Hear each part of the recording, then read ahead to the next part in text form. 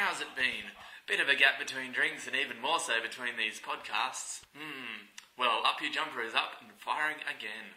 Anyhow, to bring you up to speed, last year I decided to take a trip around Oz, sussing out what's happening in the realms of sustainable design and living. These are the stories from that trip. For the next instalment, we're venturing into the future, and the future is in Warrawong. It's called Futureworld. I had a chat with Meryl about what it's all about. Meryl began by explaining one of the locally created innovations, the solar sailor. The solar sailor's name is the Marjorie K because the main benefactor for the solar sailor and the development of its name was Marjorie Kendall. Oh, okay. So once upon a time there was a doctor in Ulladulla called Robert Dane who liked to sail, and he wanted to enter a solar boat race which they have on Lake Billy Griffin, and he was looking at a dragonfly one day and he liked to research biological type things, and he learnt that dragonflies don't just use their wings for flying, they actually use them to absorb solar energy and power themselves. Yeah. Uh-huh. So he had the idea of creating these wings for a solar boat. So these work both conventionally, like with the wind, but they also have solar panels covering them, so they can harvest the energy from the sun, and they have batteries in the ballast to store that energy for when it's not windy or sunny. Now obviously if it's windy and sunny, you get a boost from both sources and you can go super fast, which is what he did, and he won the race. So what happened then? So the wings actually capture the wind? The wings capture the wind. They can be adjusted vertically, horizontally. He designed the joint that the wings use based on the human elbow, so it can go in many different directions depending on what's going to be optimum for capturing solar and wind energy. Yeah. So after the boat race, he won several design awards because everyone thought it was pretty cool, and he got some money to develop a ferry with the same technology, which was launched for the Sydney Olympics. Ah, okay. So that's still on Sydney Harbour, and things kind of snowballed from there, and it's now an international company. It's also in talks with shipping companies to put the technology on container vessels because it has a great potential to really reduce their fuel consumption. You can probably imagine one of those with a few of these on top. You can be looking at a 40% reduction in your fuel bills. So that makes sense to shipping companies just on a back pocket kind of level, and it makes sense environmentally because shipping container vessels actually use a really dirty form of fuel. So even though they're responsible only for a small amount of consumption, they're responsible for a great deal more of emissions just because of the contaminants in the type of fuel that they use. Yeah. So this is probably our most exciting technology, both as a local innovation and just demonstrating the potential of how far this kind of thing can go. The idea of Futureworld, I think our official title is the National Centre for Appropriate Technology. Yeah. The idea started around 1992 as a group of people coming together with the idea of educating people about the potential of renewable energy and the importance of resource conservation, and also climate change was really emerging at that time.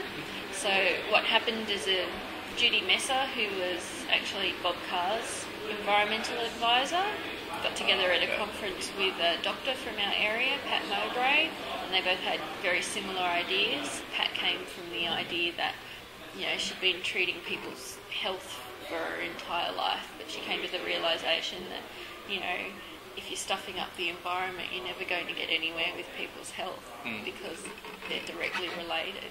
Whereas Judy is a strong environmental activist right through the 60s and 70s. Yeah. So they both came to a similar conclusion from different ways. So they formed a group together with the idea of educating both the public but also getting together with businesses and trying to give them a bit of insight into what the way forward is and different ways that everybody could work together to achieve common goals.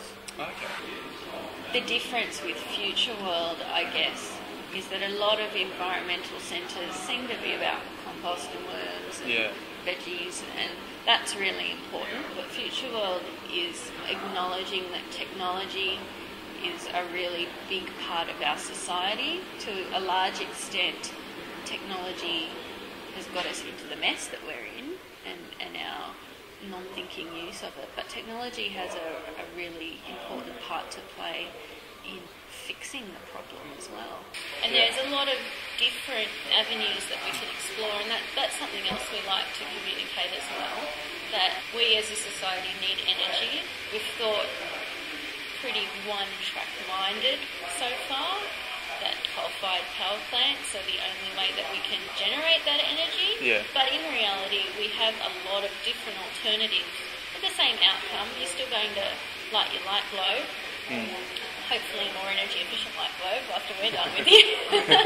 But basically, they're all running a generator, and there are so many different ways that nature provides that we can run the same generator with the same outcome. So why aren't we looking at different pieces of the puzzle? Yeah, so it's, to come together. We'll get the same end result, but it's a cleaner so alternative. Because we discovered fossil fuels, 100, 200 years ago, it was a relatively cheap and reliable form of energy. We thought that it was the only way to go, and it's got us into trouble because the reality is fossil fuels are a non-renewable resource, and by definition they can run out. It makes sense that you don't rely on one thing, all of your eggs in one basket, and that's something else that we try and teach at Futureworld, that there are so many different potential components of the system that you can explore. We're really fortunate here that we have some local innovation. Tom Dennis, the gentleman that designed this, went to a local public high school just down the road, and this is a wave turbine that's anchored just off the coast of Port Kembla there.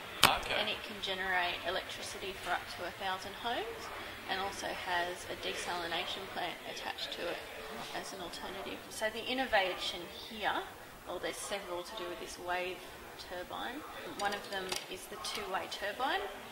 So what happens, this is an air turbine, it's not actually in the water. What happens is the wave is at the bottom of the column. When the wave rises, it pushes the air up through the turbine, and it just works like, a little pinwheel windmill that you blow. But what happens when the wave goes down is that it wants to suck the air back in to fill up the column. There's a pressure sensor in there, and when the suck starts to happen, it changes the fin direction, and the turbine can keep spinning in the same direction. So you harvest energy on the suck and the blow, and you don't have to overcome inertia every single time to start up the turbine, which is what most turbines were doing at the time. So it becomes suddenly much more efficient. Another innovation with this wave turbine is, say you've got a wave half a metre high, you could generate a fair bit of electricity from that. But what waves do is when they hit a point, they reflect back off it. And if you get the parabola in the right shape, they all hit the same point and they all build on top of each other. So you can be looking at, maybe a 6 metre wave from a half metre swell. Yeah. And you can harvest all of the energy from that. Yeah, so it amplifies the power. Yep, that's right.